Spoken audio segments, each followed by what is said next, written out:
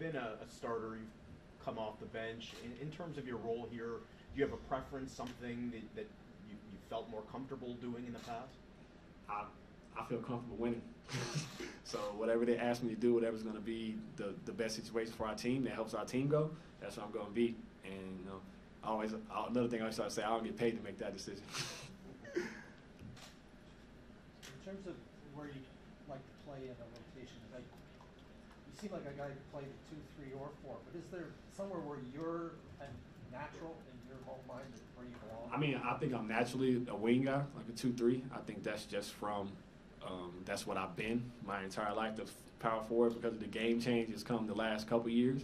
And I think another reason for my success shooting the basketball is being able to learn how to play that position, being able to be in pick and rolls and slip out of pick and rolls, or being able to kind of get to the point where you can guard some of those bigger guys to an extent where they can't just pick on you, and allow me to be on the floor and space the floor even more, and allow me to get more open shots and things like that. So naturally I'm a wing, but as of the last couple of years, it's pretty much just, it's positionless out there. It's playing basketball, and I think that was one of the reasons I was able to make my way through those 3 positions, because I understood what I had to do to be able to do those things and help my team. And that's the biggest thing it means to me, is helping your team. That's what they need you to do. That's what you do.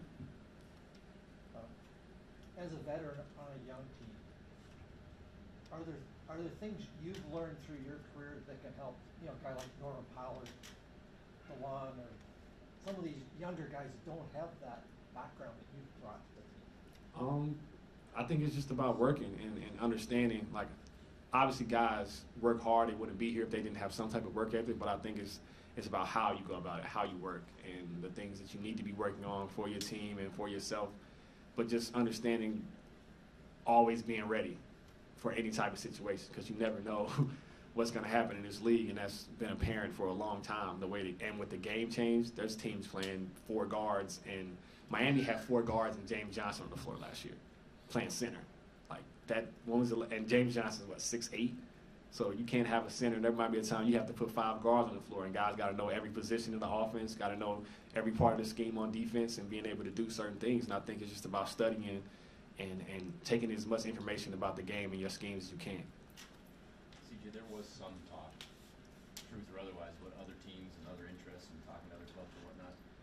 Kind of a two-parter. Why Toronto? And was part of the decision to stay east was so much happening in the Western Conference?